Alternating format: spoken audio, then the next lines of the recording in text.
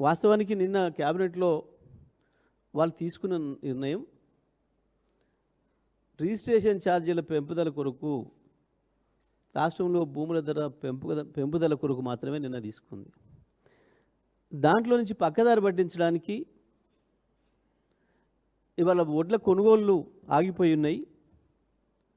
ఇప్పటి వరకు కేవలం 14 లక్షల మెట్రిక్ టన్నులు కొన్నామని చెప్పి సిగ్గు విడిచి సివిల్ శాఖ మంత్రి నిన్న చెప్పుకున్నాడు.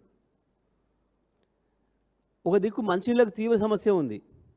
స్వయంగా కాంగ్రెస్ పార్టీ సంబంధించిన సర్పంచులు కౌన్సిలర్లే ధర్నాలు చేస్తున్నారు రోడ్లపైన మళ్ళీ బిందెలు పట్టుకొని. విద్యుత్ పరిస్థితి మరీ దారుణంగా తయారైంది. ఊర్లలో 2014 ముందు పరిస్థితులు ఏముండనో అదే పరిస్థితి మళ్ళీ వచ్చింది. హైదరాబాద్లో కూడా కరెంట్ ఎన్నిసార్లు పోతుందో ఎన్నిసార్లు వస్తుందో చెప్పలేని పరిస్థితి వచ్చింది.